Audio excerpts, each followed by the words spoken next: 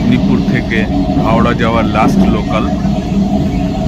প্রচণ্ড শীত পড়েছে বাইরে, কিন্তু যাদের কাজ রয়েছে তাদেরকে তো শেষ ট্রেন হলেও কাজের উদ্দেশ্যে যেতেই হয়।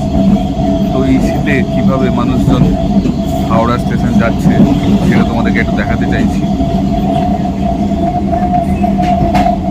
দেখো, সবাই একদম মাথা অবধি ঢাকা নিয়ে শুয়ে পড়েছে।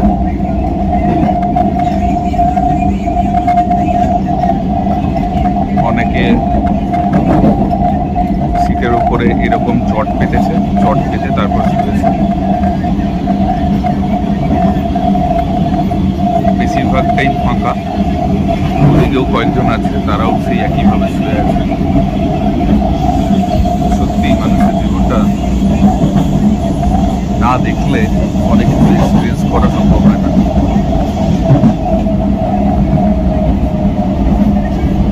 তোমরা কেউ এইভাবে শেষ ট্রেনে হাওড়া স্টেশন গেছো এই শীতকালে? যদি গিয়ে থাকো আমাকে কমেন্ট করে জানিও।